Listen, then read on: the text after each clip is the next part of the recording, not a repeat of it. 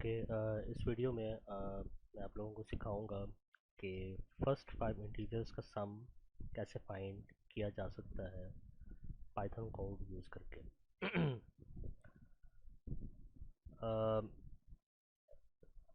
First step आपको पता है, first step is to think, और थिंकिंग में पहला स्टेप है विजुलाइज।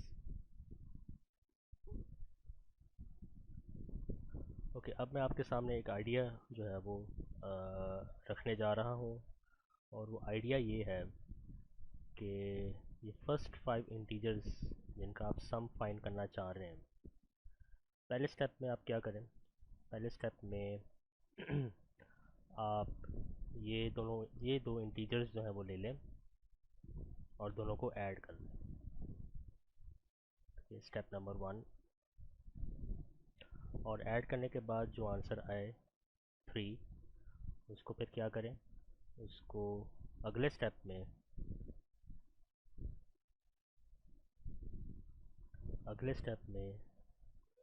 इस वाले इंटीजर के साथ, यानी 2 के बाद वाला जो इंटीजर है विच इज़ 3, ठीक है, उसके साथ ऐड कर लें। ठीक है, सो अगेन आई रिपीट, दो इंटीजर्स आपने लेना है, दोनों को ऐड करना है। फिर स्टेप नंबर 2 में क्या करना है, स्टेप नंबर 2 में आपने तीसरा इंटीजर पकड़ना है, तीसरा इंटीजर जो है वो पकड़ना है, और प्रीवियस स्टेप के सम, या प्रीवियस स्टेप में जो सम निकला है उसके साथ आपने ऐड करना है। सो आंसर क्या आएगा 6। फिर स्टेप नंबर 3 में क्या करें, स्टेप नंबर 3 में आप जो बाकी इंटीजर्स बच गए हैं उनके साथ ऐड कर लें। तो स्टेप नंबर 3 में आप क्या करें, 3 के बाद वाला जो इंटीजर है 4, उसको पकड़ो, और प्रीवियस स्टेप में जो सम निकला उसके साथ ऐड कर लो। तो आंसर क्या आएगा 10। ठीक है, और स्टेप नंबर 4 में आप क्या कर लो, 5 को पकड़ो, और 5 को पकड़ने के बाद प्रीवियस स्टेप में जो सम आया है उसके साथ ऐड कर लो। Final answer is 15।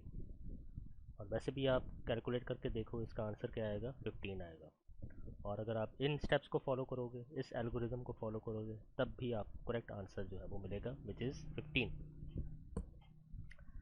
ठीक है, so now next step is to write the code.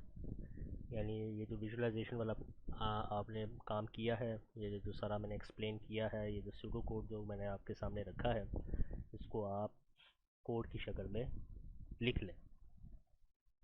ठीक है, so start from step number 1। और स्टेप नंबर 1 में आप से फॉर एग्जांपल 1 को स्टोर कर लें z वेरिएबल में, 2 को स्टोर कर लें वेरिएबल x में, और दोनों को ऐड कर दें z प्लस x। ठीक है, आंसर आएगा 3 इन स्टेप 1। और उस वेरिएबल, उस सम को किसी और वेरिएबल में आप स्टोर कर सकते हैं विच इज़ से a। ठीक है, ओके। नाउ स्टेप नंबर 2 में आप देखो गौर से, तो हम क्या कर रहे हैं, हम दोबारा एक नंबर को ले रहे हैं और एक और नंबर के साथ ऐड कर रहे हैं। ठीक है, यानी ऐड करने वाला काम हम दोबारा रिपीट कर रहे हैं। जब भी कोई काम रिपीट हो तो उस काम को लूप के अंदर लिख लो, उस काम को लूप के अंदर लिख लो। तो हम यहाँ पे फ़िलहाल लूप लिख देते हैं। ठीक है, कौन सा लूप, फॉर लूप हो सकता है या वाइल लूप हो सकता है, फॉर या while. Okay, so now we are in step number 2। Step number 2 में आपने क्या करना है, 3 को इस वाले 3 के साथ ऐड करना है। तो इस वाले 3 को x के अंदर स्टोर कर लो, और इस वाले 3 को जिस तरह हमने प्रीवियस स्टेप में किया उसको आप z के अंदर स्टोर कर लो। ठीक है, इसको आप z के अंदर स्टोर कर लो। सो अगर आप गौर से देखें तो दोबारा स्टेप नंबर 1 में वापस आएँ। स्टेप नंबर 1 में जो पहला इंटीजर है वो z के अंदर है, तो पहला इंटीजर z हमने लिख दिया। दूसरा इंटीजर x के अंदर है, वो भी हमने यहाँ पे लिख दिया। लेकिन जब हम स्टेप नंबर 2 में गए तो हमने कहा कि इस वाले 3 को अब जेड के अंदर स्टोर कर दो। क्यों ना हम इस वाले 3 को स्टेप नंबर 1 में ही जेड के अंदर स्टोर कर दें, ताकि स्टेप नंबर 2 में जाके हम इस वाले 3 के साथ बआसानी ऐड कर सकें। तो आप क्या कर लो, जो आंसर है 2+1 का, उसको दोबारा जेड के अंदर स्टोर कर दो। सो यहाँ पे ए लिखने के बजाय जेड लिख दें। ठीक है, तो Z is equal to Z plus X. अब क्या होगा, 3 प्रीवियस स्टेप में जो 3 आया वो अगले स्टेप के 3 के साथ ऐड हो जाएगा और आंसर जो है 6 आ जाएगा। सिमिलरली 6 जो है 4 के साथ 10 आ जाएगा, 10 जो है 5 के साथ 15 आ जाएगा। सो रिपीट दिस प्रोसेस, इस प्रोसेस को रिपीट करो और एट द एंड आपको आंसर मिल जाएगा और उसको आप आउटपुट के ऊपर लूप के बाहर प्रिंट स्टेटमेंट की मदद से डिस्प्ले कर सकते हैं। ठीक है, अब सवाल ये पैदा होता है कि यहाँ पे हम कौन सा लूप जो है वो यूज़ करें, फॉर या वाइल। तो आसान जवाब इसका ये है कि आप फॉर लूप यूज़ कर लो, क्योंकि आपको पता है कि लूप जो है वो आपने कितनी दफ़ा चलाना है। तो आप गौर से देखें, लूप जो है वो आपने 4 दफ़ा चलाना है। देयर आर 4 स्टेप्स, 4 दफ़ा चलने के बाद 15 आंसर जो है वो आ रहा है। ठीक है, सो जब आपको ये पता हो कि लूप कितनी दफ़ा चलेगा, तो उस सूरत हाल में आप कौन सा लूप यूज़ करेंगे, फॉर लूप यूज़ करेंगे। तो अब हम यहाँ पे फॉर जो है वो लिखेंगे, फॉर, ठीक है, इन रेंज। ठीक है, अब हम एक और काम भी कर सकते हैं, वो क्या, हम x की वैल्यू, आप ये देखें ना, x की वैल्यू चेंज हो रही है। पहले 2 थी, फिर हमने 3 डाला x के अंदर, फिर हमने 4 डाला x के अंदर, फिर हमने 5 डाला x के अंदर। ये काम हम फॉर लूप की मदद से भी कर सकते हैं। कैसे, अगर आप यहाँ पे लिखें फॉर x इन रेंज, ठीक है, और x की पहली वैल्यू क्या है 2, तो रेंज के अंदर आप लिखते हैं 2, जाना कहाँ तक है 5, तो यहाँ पे आप लिखते हैं 6। कितने का गैप है 2 और 3 के दरमियान, 3 और 4 के दरमियान कितने का गैप है 1 का, तो यहाँ पे आप लिखते हैं 1। तो जब फॉर लूप पहली दफ़ा चलेगा 2 जाएगा x के अंदर, और यही तो हम चाहते हैं कि x के अंदर क्या है 2 आ जाए। जब फॉर लूप दूसरी दफ़ा चलेगा, यानी स्टेप 2 में x के अंदर क्या आ जाए 3, यहाँ पे भी क्या होगा 3 जाएगा x के अंदर। तो हमारा x वाला मसला जो है वो सॉल्व हो गया। ठीक है, जब आप इस कोड को रन करोगे तो आउटपुट के ऊपर एरर आएगा, क्योंकि z जो है वो अनडिफाइंड है। अभी आपने z के अंदर कोई वैल्यू जो है स्टोर नहीं की। You should always define variables before using it for the very first time, ये पाइथन का रूल है।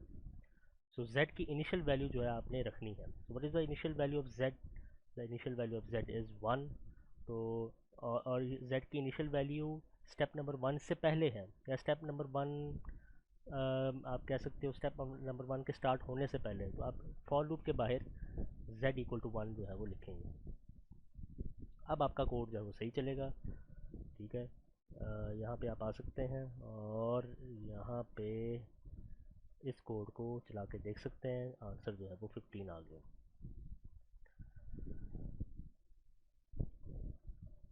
आप एक और काम भी कर सकते हैं, वो क्या आपको नोट करो 1 से पहले क्या है 0 है। सी, आप गौर से देखें, 0 जो है छुपा हुआ है। तो आप क्या कर सकते हैं, आप पहली वैल्यू z की 0 ले सकते हैं। जब आप z की पहली वैल्यू 0 लेंगे तो कोड में क्या चेंजेस होंगे, यहाँ पे 0 आ जाएगा। पहले 2 से स्टार्ट हो रहा था, अब सेकंड नंबर क्या है वो 1 से स्टार्ट हो रहा है। तो सेकंड इंटीजर जो है जिसको आप ऐड कर रहे हो वो 1 से स्टार्ट हो, तो आप यहाँ पे 1 लिख सकते हो।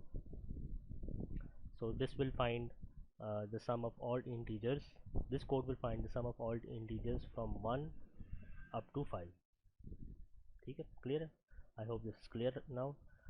एंड अगर आपसे कोई कहे कि find the sum of all the integers from 1 to से 10, 1 टू 10, तो आप 6 की जगह पे क्या कर देंगे 11 कर देंगे। कोड वही रहेगा, प्रोसेस स्टेप्स वही जो है वो रिपीट होंगे, चलेंगे। आउटपुट के ऊपर आपको 10 इंटीजर्स का जो सम है वो आपको मिल जाएगा। अब आप लोगों के जहनों में ये सवाल होगा कि ये आइडिया मेरे जहन में आया कैसे। अगेन आपके जहन में ये रखना है प्रैक्टिस से। जितनी ज़्यादा आप प्रैक्टिस करोगे एग्जांपल्स की जो बुक के अंदर है, जो स्लाइड्स के अंदर है, या जो आपके टीचर जो हैं वो आपको क्लास में करवा रहे हैं, या लैब के टीचर जो हैं जो आपको लैब में करवा रहे हैं, जितनी आप एग्जांपल्स को देखोगे, एग्जांपल्स को देखने का मतलब ये है कि कोड जो है वो पहले से लिखा हुआ हो, पहले से मौजूद हो बुक के अंदर, स्लाइड्स के अंदर। तो उस पहले से लिखे हुए कोड को जितना आप देखोगे, उसको अंडरस्टैंड करोगे, स्टेप बाय स्टेप उसको एग्जीक्यूट करोगे अपने दिमाग में, या कॉपी या पेन यूज़ करके, उतना ही आप जो है आपकी कोडिंग की एबिलिटी जो है वो इंक्रीज़ होगी। ठीक है, आपके जहन में खुद ब खुद इस तरह के आइडियाज़ जो हैं वो आते जाएंगे, और एफिशिएंट आइडियाज़ आते जाएंगे। तो आप लोगों को मैं यही रेकमेंड करूँगा कि ज़्यादा से ज़्यादा कोड्स को देखो, बुक से देखो, स्लाइड से देखो, लैब एक्सपेरिमेंट के सोल्यूशन से देखो, इंटरनेट से भी देख सकते हो, यानी जो ऑथेंटिक वेबसाइट्स हैं, जो जेन्युइन वेबसाइट्स हैं, वहाँ से भी आप देख सकते हो। जित ज़्यादा से ज़्यादा कोड्स को देखो, पढ़ो और अंडरस्टैंड करो। ये इस अमल से, इस एक्टिविटी पे अमल करने से आपकी कोडिंग जो है ना वो मजबूत हो जाएगी। और कोड्स को पढ़ने के बाद, अंडरस्टैंड करने के बाद, खुद से टाइप करने की कोशिश करो, और खुद से जो है ना सॉल्व प्रॉब्लम्स जो हैं वो सॉल्व करने की कोशिश करो, क्योंकि तमाम प्रॉब्लम्स जो हैं वो आप देखेंगे मिलते जुलते उनके सॉल्यूशंस होते हैं। फॉर एग्जांपल, ये वाला जो क्वेश्चन है, इसको यूज़ करके आप फैक्टोरियल जो है वो फाइंड कर सकते हो। दोनों प्रॉब्लम्स जो है वेरी सिमिलर है। ठीक है, या एक और काम कर सकते हो, you can find the product of first 5 integers. ठीक है, वेरी सिमिलर प्रॉब्लम। तो आप ये काम जो है वो इजीली जो है कर सकते हैं। So keep on practising, work hard, और अगर आपको कोई क्वेश्चन हो, कोई प्रॉब्लम हो, आप मुझसे रब्ता कर सकते हैं। Thank you very much.